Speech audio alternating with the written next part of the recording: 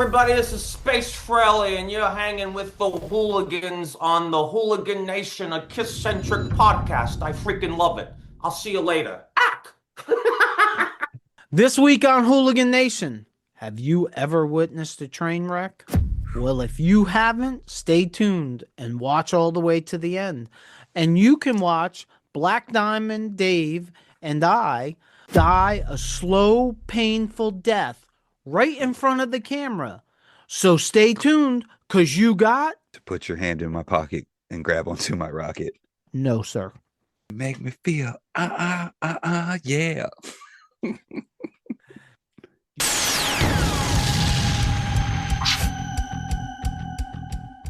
Welcome to the Hooligan Nation, a KISS-Centric Podcast, a podcast where the riffs are loud, but our opinions are louder. I'm Anthony. And I'm Black Diamond Dave. Hold on. Have you seen him? Here. I don't know where he is. Oh, well, we are Father Rocco list. Check the milk cartons. Now, in fairness to Father Rocco, and in our goal to be as transparent as possible, You're going to tell him the truth? I'm going to tell him the truth. Yikes.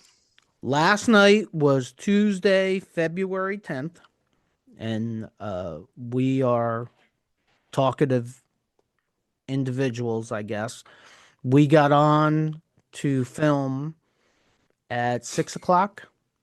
Yep. And we filmed till 10 o'clock at night. And at 10 o'clock, we found out that we were not recording on Zoom.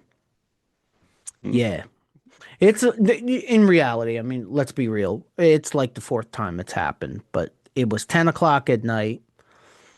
Black Diamond Dave was 3/4 of the way through a bottle of Jack Daniels. Father Rocco was eating while sleeping. So there was no way that we were going to start over. So we had to take two and come back tonight and do it. And Father Rocco was unavailable because his sister, our little angel's birthday is today. So shout out, happy birthday to our little angel. Happy birthday. And shout out to Father Rocco. I won't put a milk carton up with your picture on it because it's almost understandable. But because of that, Black Diamond Dave, and it is his fault or his idea, whichever one, however this turns out, was we can't redo the subject that we were going to talk about, right, because it's not going to be as good. We got to, what'd you say last night? It's got to breathe for a little while. Yeah. So we're just going to make shit up as we go along for this episode. So if it sucks, sorry. We can call it In the Weeds. Yeah. And we can just go there.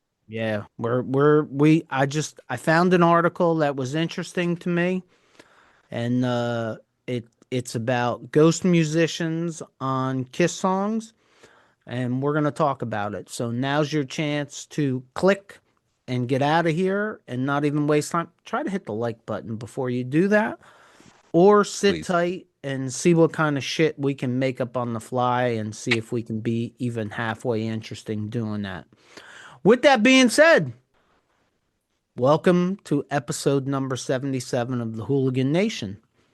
And before we get to our main topic, which we haven't completely figured out yet, we have news, music we're listening to, and of course, we still do have our weekly poll.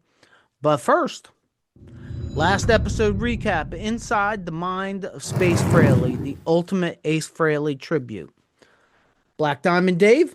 Do you have anything you'd like to add? If you didn't get a real good idea of the kind of cat Space Frehley is from that episode, you need to go back and watch it again. That is the most genuine cat I feel like I've met in a long time. Dude's character work is fantastic, but I think what really came through in the interview we did with him is how genuine of a human being he is. I'm going to be the number one Space Frehley fan from now on, and I'm rooting for the guy all the way. When I first talked to him, we talked about his New Jersey show, and I was like, dude, it's on Valentine's Day. Like, I'm in the doghouse all the time. After the episode, I was like, I gotta go. I gotta support this guy. I love everything about him. I love the act. I love the music.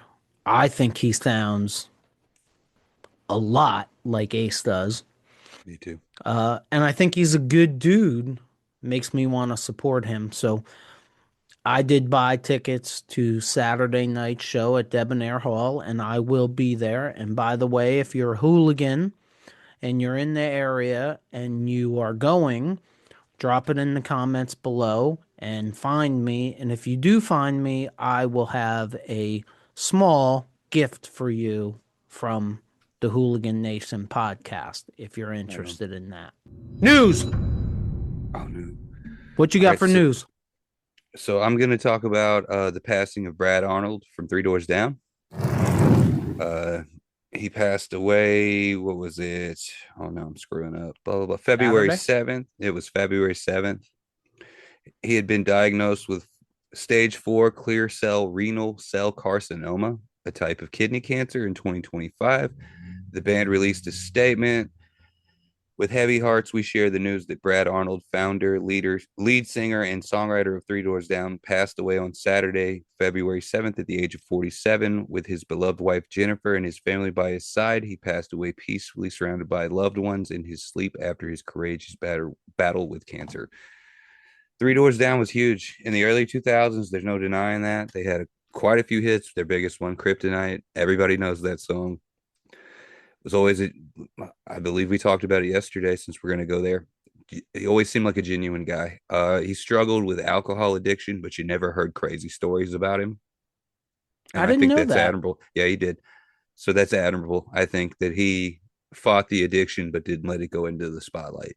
What, did he end up getting clean, or did he fight it to the end? I believe he did, but sounds like it wasn't soon enough. That's a shame.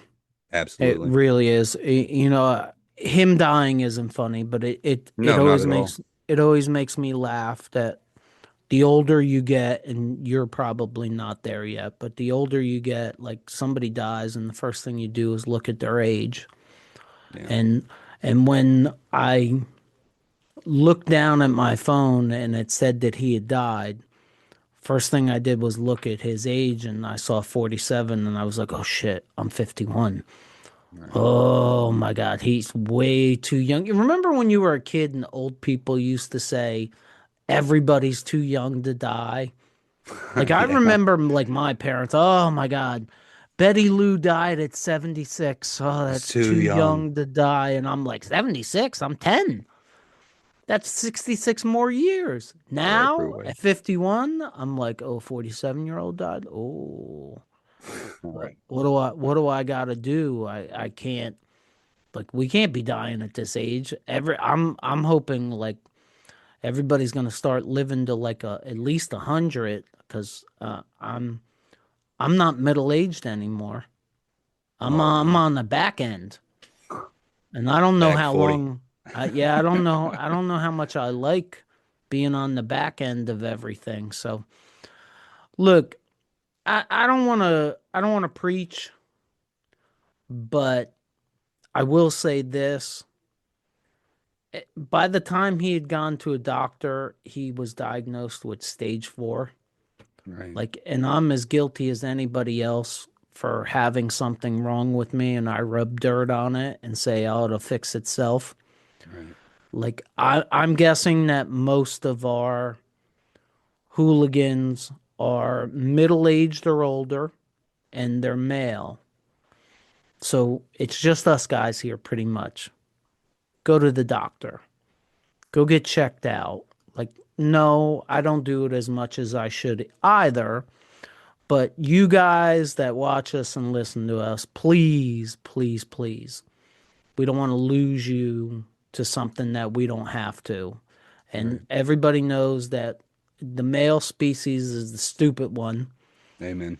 And we don't do anything that we're supposed to do, and we probably need to start doing that, because I guarantee you that Brad Arnold had issues and ignored them, because you just don't wake up one morning, I don't think, with stage 4 kidney cancer, right? stage 4 kidney cancer. And look, this does hit home a little bit for all of us here.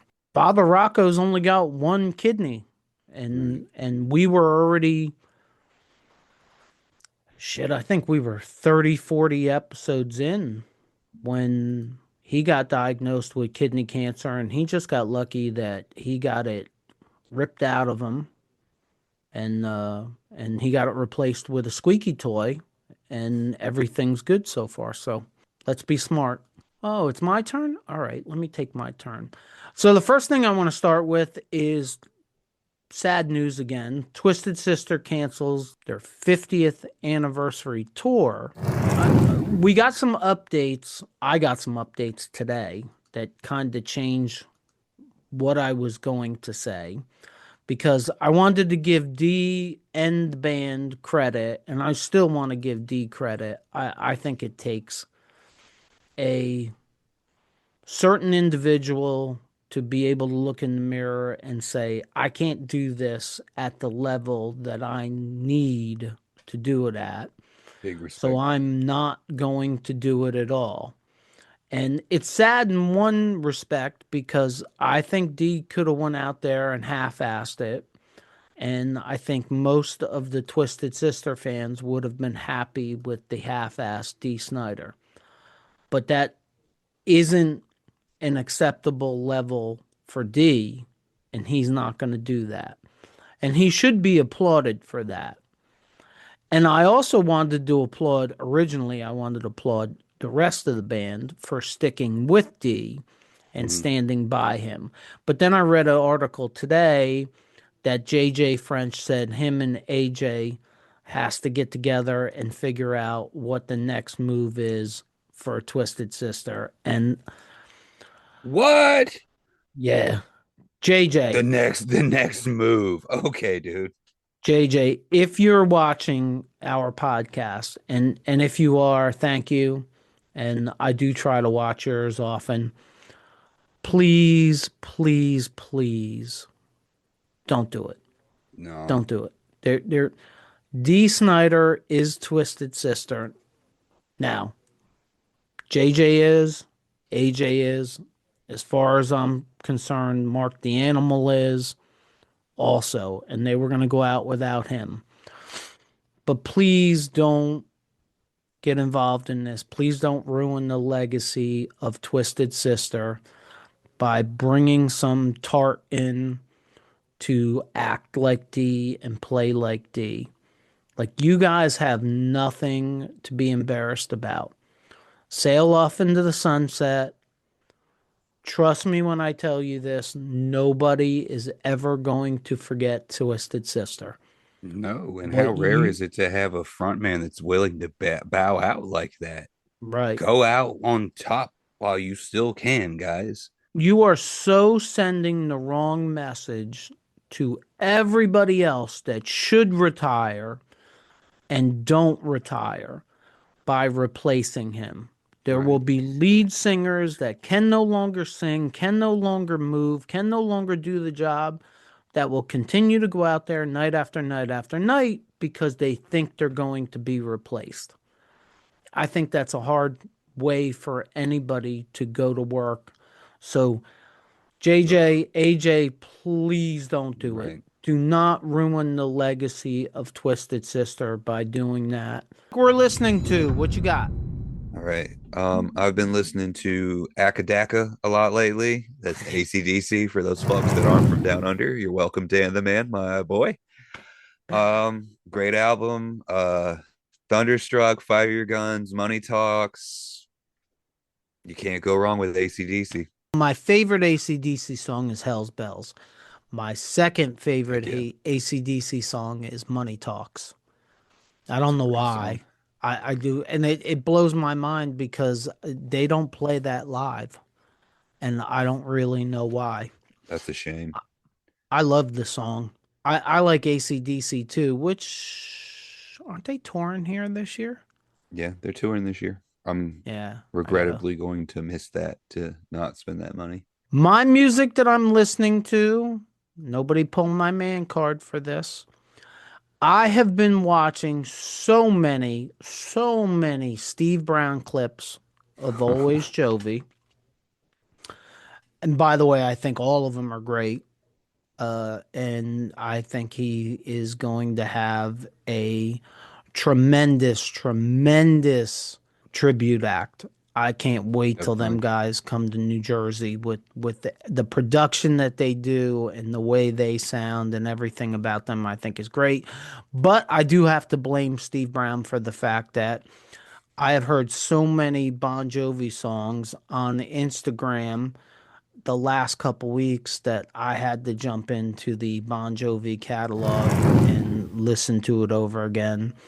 And I listened to the first two records, and man, you listen to those records and you know almost instantly exactly why they got to where they were and why they're held at such high esteem.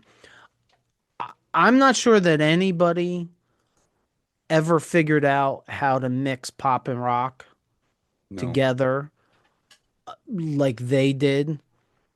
I mean, hard driven guitar, rock, great drumming from Tico Torres, but poppy as hell, hooky Hooks. melodies. Yeah. And on top of that, I think they did great songwriting. And the to songs like Runaway and She Don't Know Me are epic songs. Only Lonely and In and Out of Love hold up and are as good as they were in 1985. Yes, I can admit I am a card carrying Bon Jovi fan. Hey, Black Kiss. Diamond Dave, do you know what time it is? Whole time.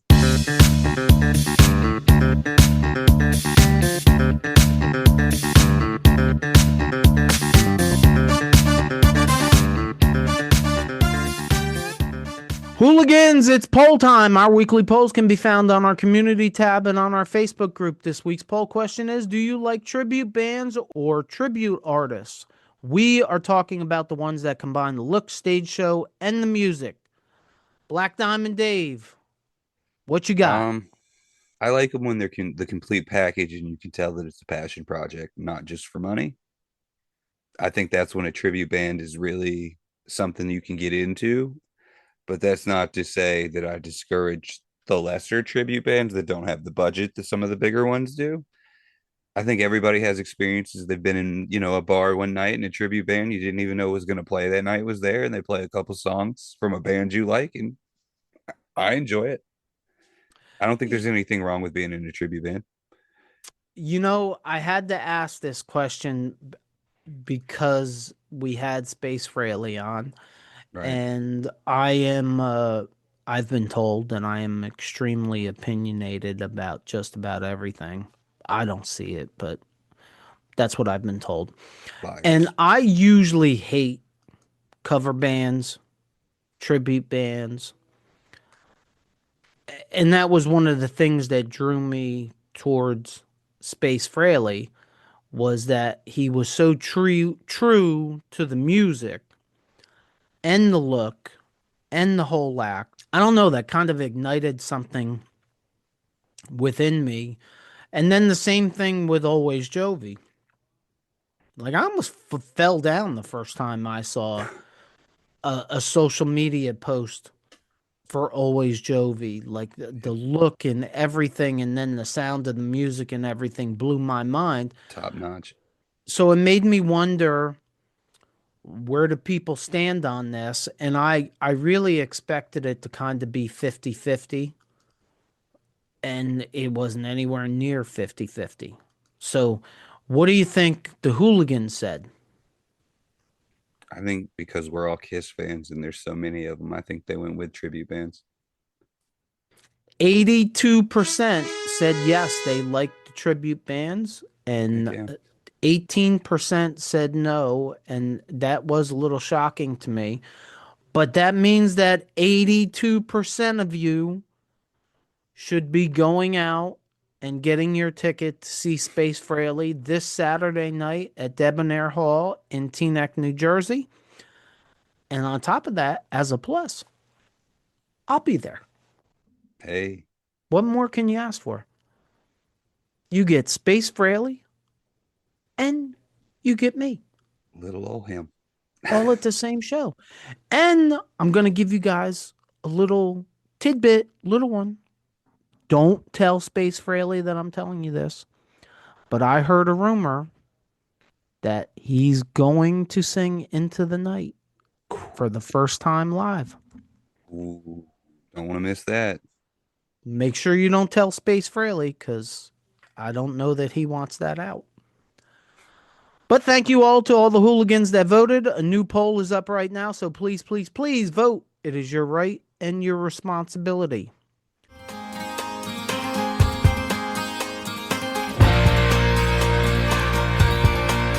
You know, when you do AC, there's a couple key components you have to always keep in mind. You gotta always do your thumbs up. Sometimes, you know, it does the point like this, you know, and you just gotta stumble around, kind of like your equilibrium's off, like gravity, and you always gotta keep your lips parted, because Ace always does that. You know, too much cocaine, I guess. Let's go have some fun, play some old KISS songs, play some Ace stuff. It'll be great. You know, come check us out, Space Frehley. Okay, Black Diamond Dave, here we go. Let's see how this works for a show topic. I came across this last night, and I personally thought it was interesting. So basically what this is I found this article on the internet. I don't know where it comes from, but it was interesting to me. It is 18 musicians who secretly performed on KISS albums. And Dave, I don't know about you, but I did not know about all of these guys. I think I knew about most of them, but I'm pretty sure, that there are going to be some hooligans out there that don't know these little tidbits. So this is going to be an episode of tidbits, pretty much. Yep. There's definitely a couple people in here I was like, ooh, had no idea. Right? Yeah. Yep. I that's kind of what made it cool to me. So first one I think is widely known, Dick Wagner. He played on Destroyer and he played on Revenge, which I did not know he played on Revenge, by the way. I did not either. He had worked with Bob Ezrin on classic albums by Lou Reed and Alice Cooper. He was recruited by the producer for some secret contributions on KISS's 1976 album Destroyer. He can be heard on Beth. What did he do on Beth? What did he do on Beth? Yeah. Huh. I just read that for the first time. Anyway, Beth, Flaming Youth, Great Expectations, Sweet Pain, and to Ace Frehley's extreme displeasure, performed the solo on Sweet Pain. I guess this is this is a quote from Ace Frehley. I had done a solo on Sweet Pain and it was okay. Frehley recalled in Behind the Mask. I said maybe I'll come in tomorrow and take another shot at it.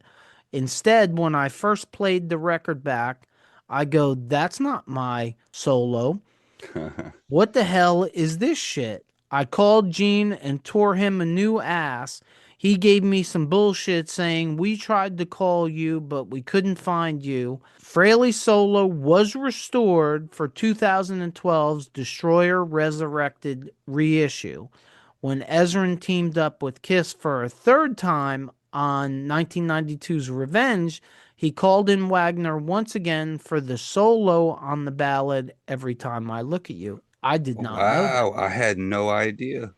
I listened to Revenge today. That's crazy. It is. Now, I thought that was Kulik. Wow. Now I gotta go listen to Every Time I Look at You tomorrow morning and see if I can pick it out. Next one is Jimmy Malin. This one hurts. It really does. Love Gun, 1977. Jimmy Malin was a highly popular studio musician, playing percussion for everybody from Roxy Music, Peter Gabriel, Dire Straits, Madonna, Duran Duran, and The David Duke. Bowie. His conga playing added an exotic dimension to Almost Human from 1977's Love Gun. You know what? Suck it, Rocco. I I told don't you it was even, great. but I don't even count that. Like he wasn't replacing anybody. No, I don't know. Like the Dick Wagner thing when they replaced guitar solos and that kind of stuff, that it bothers me a little bit. Like bringing in somebody to play the congas. I don't that's know. what opened the box, though, was when they brought him in to do the stuff on Destroyer. There Sure, was no going back after that. sure, yeah, and you know, I like generally I think that that's bullshit. But I did watch an interview with Bob Ezrin. No, it wasn't Bob Ezrin. It was Michael James Jackson, and he said that that's the way he liked to do it. Like, if you can't do what I need you to do, I know that I have a list of guys that I can Yeah, bring in that can do that. You know, because Gene's been replaced a bunch so of many times, and I'm times. sure it's going to come up here in the future. Next up, everybody knows this, Bob Kulick, Alive 2, 1977, Unmasked 1980. I didn't know that. I didn't know that one either. Killers 1982. I knew that. Knew that. I think everybody knows Bob Kulick auditioned for the job as Kiss's lead guitarist back in 1972, though he was beaten out by Ace Frehley. I would love to know, I'm so curious on that because like, that was the first one that popped out to me when I read it. Was wait, Bob played on Unmasked. there is something out. Actually, I think Three Sides of the Coin did an episode with somebody that it was like Road Crew or somebody said that Bob Kulick played on a live one, but I think that's since been debunked. That's horseshit. I don't believe that. Yeah, I don't believe it either. And I think Eddie Kramer debunked it directly. This one's interesting. Ray Simpson of the Village People This is the one that surprised me the most. played on Love Gun 1977. Just as Tommy Thayer wasn't the first spaceman in Kiss, Ray Simpson wasn't the first cop in the Village People. He took over the role and lead singing duties in the popular disco band in 1979, 2 years after appearing as a backup singer on Love Guns Tomorrow and Tonight. I don't count that either. I Backup mean, they were on singers. the same record label, so it's not really All surprising. right. Right. You know what else surprised me? This surprised me too, the next one, because I just jumped all over the place. Why did I read? I thought I read somewhere that Anton Fig played on an earlier record than I thought. But I think everybody knows that Anton Fig was the primary drummer on Dynasty in 1979 and Unmasked 1980. You know, His Peter first was shot was the solo record for Ace, a wasn't it? met. It, man, I just watched something. I know I watched something on YouTube that Was he a ghost drummer on Love Gun? Because that would blow my uh, fucking mind. I don't know. Because You know, I couldn't even tell you what fucking song I think he played on. Then that's crazy. If that's I true, have I have to look in my history. It was like a 25-minute documentary on YouTube, and you know, like you got to yeah, fact yeah, check you this do. stuff because people throw things out, but Anyway, I thought this was pretty funny that they put this in there. Anton Fig got paid 10,000 between 10 and $15,000 on Dynasty, and on Unmasked he got $20,000 for about 10 days worth of work. So I thought that that's pretty good. If yeah, anybody that's pretty needs me sweet. to play, and that's 1979, 1980 money. That's good money Yeah, anybody needs me to play drums on their record, like I'll do 10 days worth of work for 20 grand now. in today's money, right? Yeah, Yeah, I would love to see what $20,000 from 1980 is today? It's got to be well over 100 grand, I would think. Get paid. Unmasked 1980. I think again. I think most people know this. Holly Yeah. Knight played keyboards.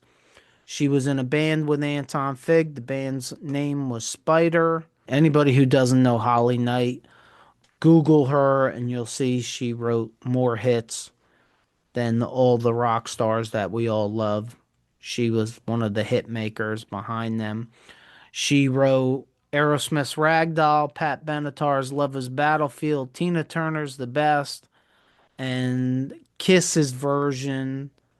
Or well, no, she wrote Kiss's version of Hide Your Heart. Next up, Baller. Alan Schwartzberg.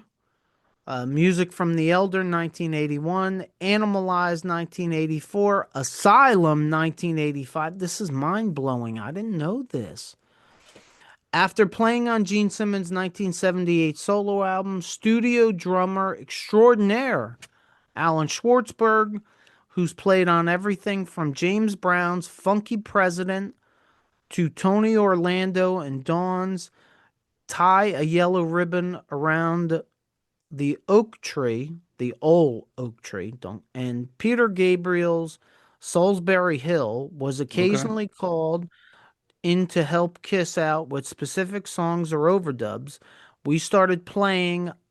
I and Eric Carr, had just joined the band and couldn't cop the feel, so we had to use Alan. Simmons said of Schwartzberg's work on 1981's Music from the Elder. Eric just couldn't play that feel, and he was devastated. Well, he shouldn't have been devastated because the Elder sucks. Eric can't play trash. Oh, poor Yeah, guy. yeah. I mean, that's kind of it. But I do kind of find it funny that usually you get in trouble for copping a feel. Yeah, we're gonna get in trouble for talking shit about the elder too. So Next up, oh my God. Prepare my boy, yourself, Silky. my boy. Vinnie Vincent, Creatures of the Night, 1982. We all know, Everybody we knows should that all know. story. Yeah. Yeah, if you're here, you Ace, know it.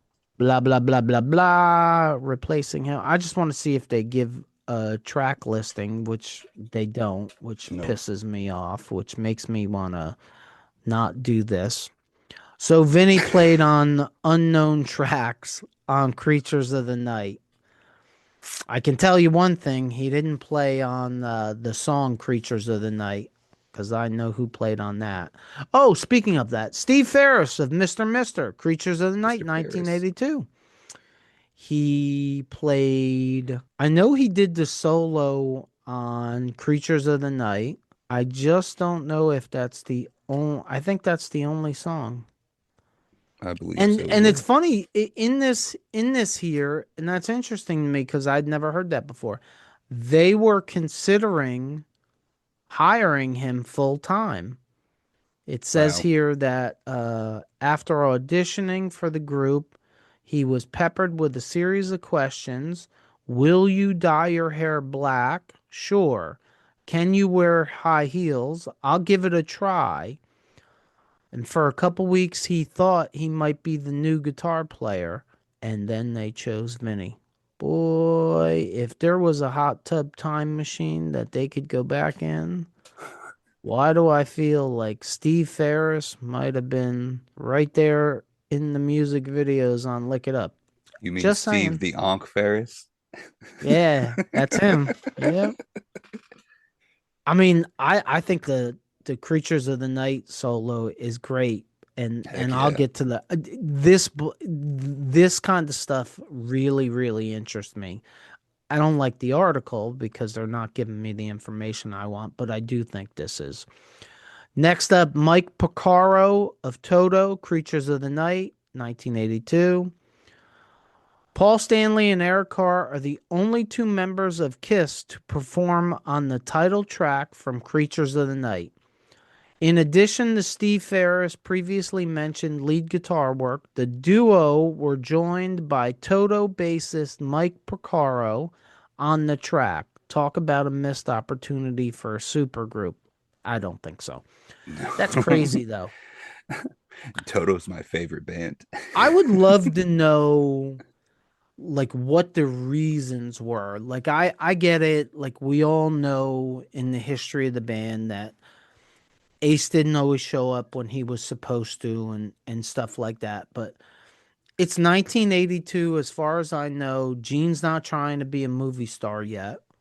No. Why could Gene not play the bass good enough? I would love to find out You, what the reason was. do you think it was lack of confidence because this seemed like a whole new style of playing for them at the time? I don't know. Maybe it was. Maybe it was. I mean, there's so many people on Creatures of the Creatures, Night. yeah. Like, what? There's Creatures of the Night. Quite literally, was created by a village. Yeah. The I village mean, people.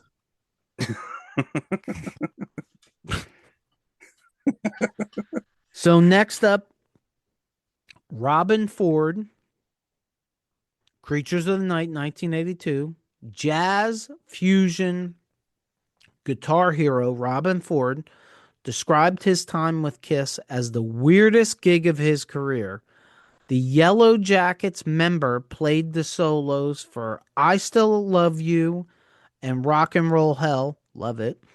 He told, I don't know, somebody from Guitar Player, I spent 9 days in the studio with Gene Simmons and Paul Stanley, and that was rather unusual. That whole situation there was rather unusual. I'd heard a lot about their stories and was playing music that I don't play and I never listened to. But he doesn't explain why it's unusual. So It had I to be the guess, most tense recording session ever, dude. That's the album after The Elder. They had to yeah. be on pins and needles recording the follow up to that, man. Yeah, but I want an explanation. You know, the Agreed. next time we do this, we should probably, or I should probably pre-read the article because I just skimmed it. Readings for And nerds. yeah, that was my problem. Next up, Jimmy Haslip, Creatures of the Night, 1982. Was that like the 15th guy? Yeah. Did I? Another one? Jazz fusion bassist Jimmy Haslip, who was in the short-lived band Blackjack alongside Michael Bolton and Bruce Kulick. That's Huh. interesting. That's a band. Found himself welcomed into the world of secret KISS collaborators as the result of a breakup. In a 2008 interview, he recalled Creatures of the Night producer Michael James Jackson calling him late one night. He sounded really desperate, and he said to me that he had a deadline to have the album ready in about 3 days, and Gene Simmons refused to play his bass parts Huh. because he had just broke up with Diana Ross, and he wasn't in a mood for that stuff. He asked me if I would be interested in coming by the studio and lay down some bass tracks for the album. When I entered the studio at about midnight, they were all there. Gene Simmons, Paul Stanley, Vinnie Vincent. In another room was Eric Carr with Steve Ferris, and I think there was also Bob Kulick in there. I think that every single person who was in that studio that night was used by KISS for a recording session. That's Can crazy. you imagine you are a record producer and you look over and go, hey, Gene, I need you to lay down some bass tracks for this song. I'm not in the mood. Diana Ross and I just broke up. She broke my heart. Now, Michael James Jackson, rest in peace, if he apparently did not know Gene very well, because how you motivate Gene is telling him, hey, if you don't put these bass tracks down, we don't sell any records, you don't make any money. Gene would have ran in there Ain't and no done more what he women. was told to do. Yep. Next up, Rick Derringer, Lick It Up, 1983. After secretly performing on KISS Creatures of the Night, Vinnie Vincent officially replaced Ace Frehley as KISS lead guitarist on their next album, Lick It Up. He soon found himself on the other side of the equation when his solo for the opening track, Exciter, was switched Heck out yeah. for one performed by Rick Derringer. I don't think Gene and Paul liked what I played on the song. Liked what I played on that song. And I did. I loved it, Vincent explained in Behind the Mask. Shocking. Vinny loved himself. It was part of my best pieces, and it angered me quite a bit because I wasn't told about it until after it was done. In the same book, Paul Stanley stands by the decision. Moments like this were difficult for Vinny, but the attitude all of us maintained was that the quality of the record would always be the priority rather than anybody's ego. Yeah. Why do I feel like Vinny may have had a bigger ego than Gene and Paul combined? Am I think he crazy proves for it. that? No, I think he proves it every time he opens his mouth to this day. This man wants $200 for a single, man. You see, you notice how quickly that's gone away? That's because nobody bought it. Well, That's Silky exactly bought why. it, Vinny, but Well, somebody bought it. Silky don't have to buy it. He gets it for free, remember? He does Vinny favors that we're not going to talk about. Ooh, not on this podcast. Next up, I think a lot of people know this. Bruce Kulick, Animalized 1984 and Psycho Circus 1998. After Vinnie Vincent's acrimonious departure, KISS selected Mark St. John as their lead guitar player.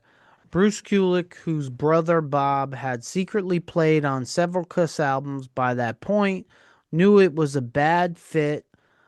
I had respect for Mark St. John, Kulick told somebody, and I was very shocked they chose him as their new guitarist because he was into Alan Holdsworth, a brilliant guitar player.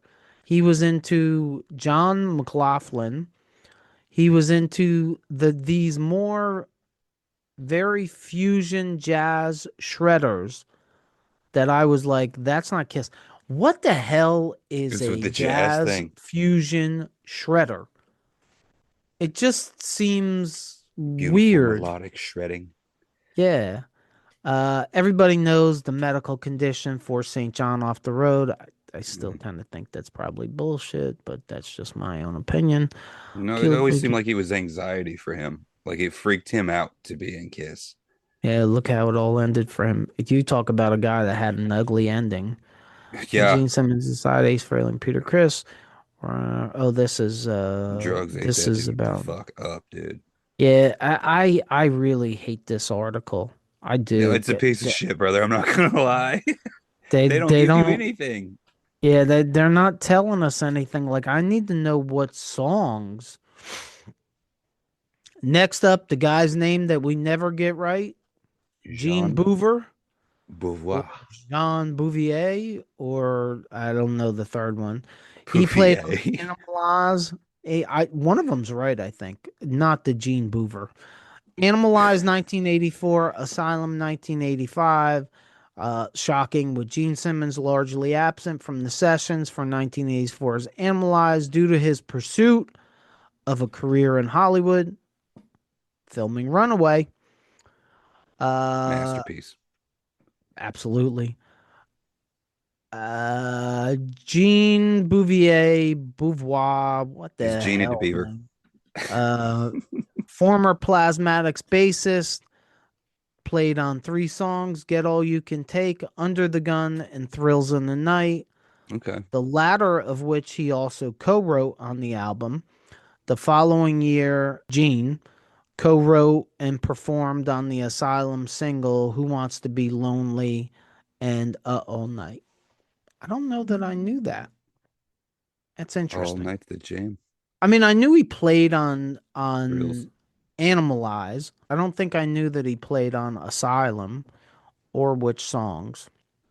And I do appreciate it when they put the songs in there also. Who wants to be lonely? Just saying, this kind of blew my mind. Did you know that Tommy Thayer played That on Hot early? and Shade? No, I did not. That early, I was blown away too. They were plotting all the way back in '89. No, I mean I know the connection was there with Gene and Black and Blue, but he but was I an just didn't assistant. They know. said, Well, that's after that. That's "Oh, after that's Black even and later." Blue Okay. imploded. Yeah, I actually if I got my timeline right, I think Tommy is an assistant to Gene when Right. Family Jewels comes out, and I think he's on a couple episodes as Gene's assistant, Hmm. which just so many jokes just run in my head when. How much Parmesan does Pete like in his spaghetti asshole? Uh, Tommy co-wrote "Betrayed," "The Street Giveth," and "Street Taketh Away." Yeah, thanks for nothing, dude. Yeah. Oh, that's why. Because he played on the demos and they ended up not re-recording that. I know. So one day Gene said, "Let Tommy have a try." And one day I went to my mailbox and there was a check from the publishing company for $25,000. Because he played on Forever. Oh, yeah, That's that'll where get that you. came from. Yeah, that'll get you paid. That'll get you. Also served as the secret primary lead guitarist on Kiss's 1998 reunion album Psycho Circus and permanently replaced Frehley in 2000. I've never heard he was the primary guitarist for that album. You have the I primary guitarist I for don't think Psycho I've Circus?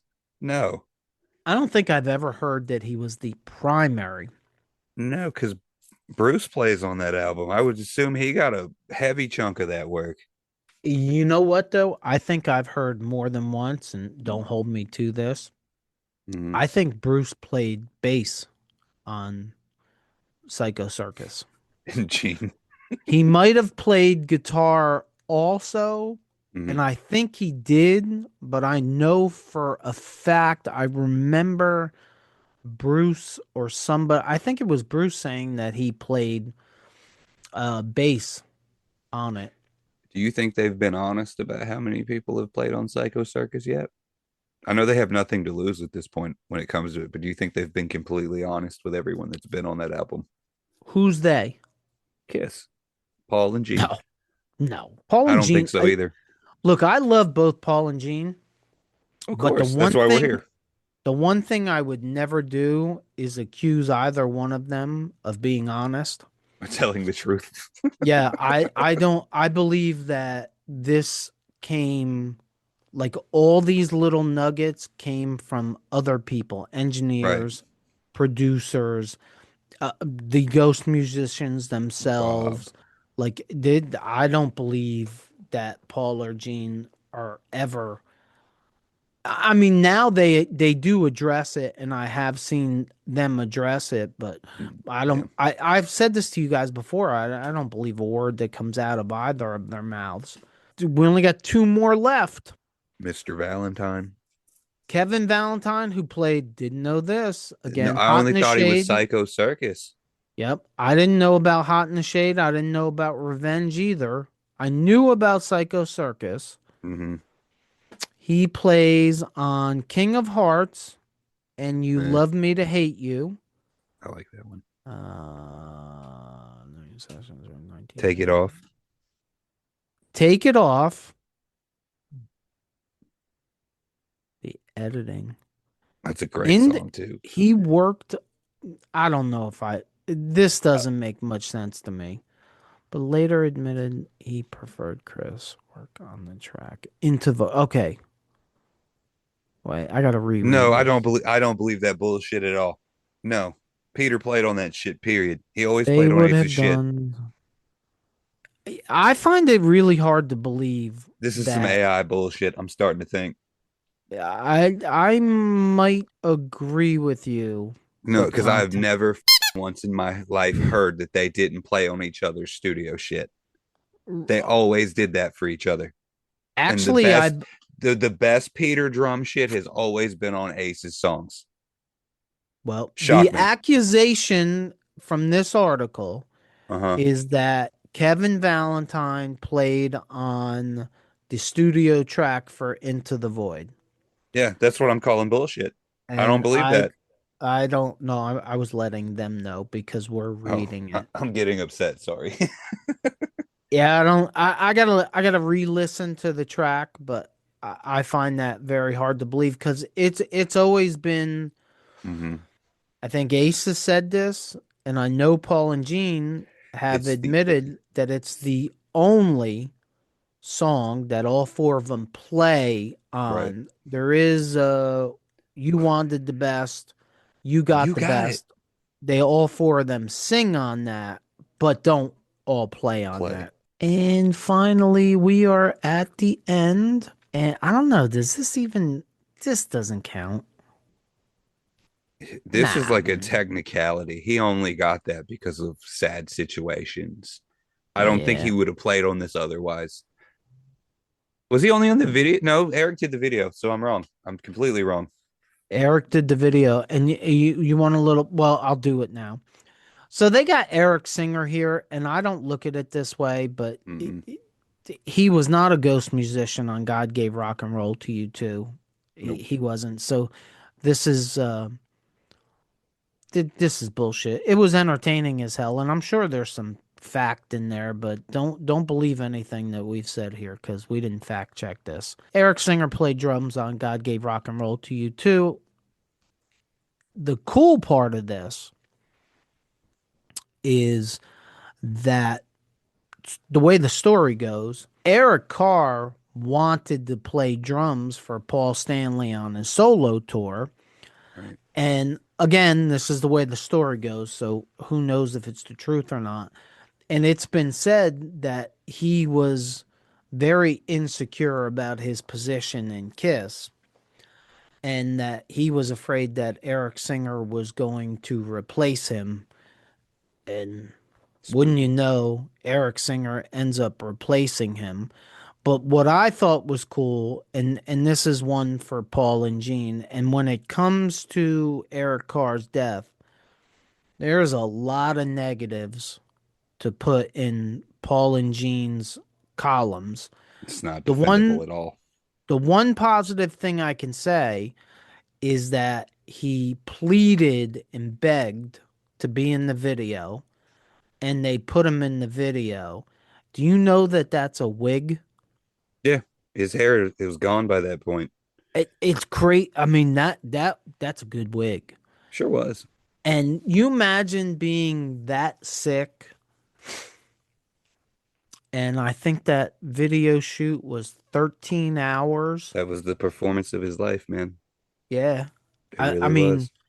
eh, for all the negatives that come out of that time and for all the beatings that Paul and Gene have taken and should take, and I'll give Paul credit because I think he put it in his book that yeah they made some mistakes that they shouldn't have made.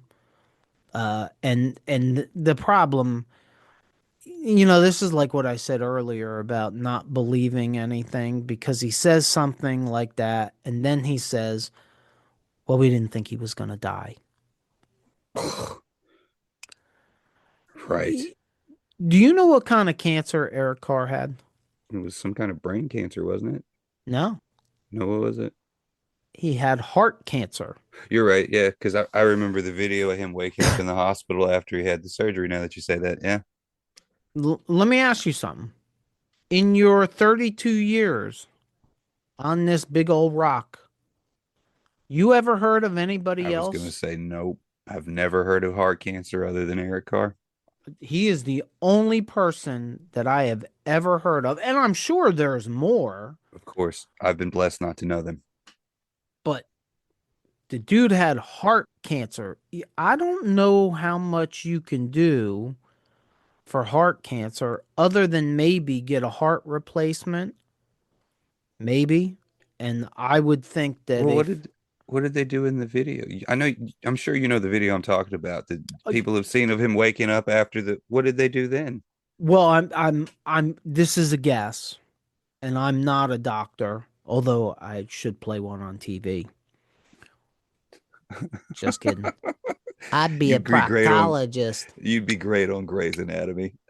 Yeah, sure I would. They'd have to call it Purple's Anatomy. Um, Anatomy. I have a feeling that the surgery was probably because it spread.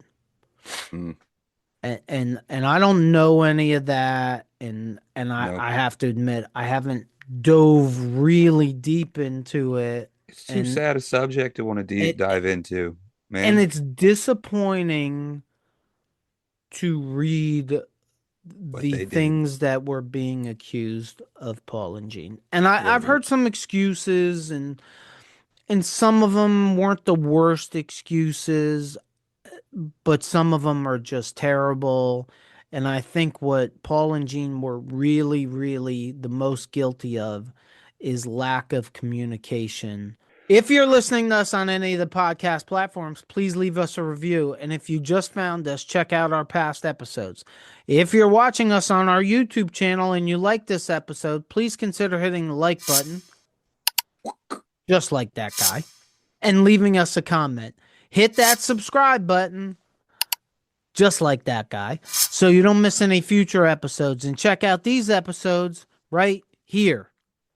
As always, if you Yeah. made it this far, thank you for supporting us. And don't forget, we should all lead with love and take care of each other. Peace out, Hooligan Nation.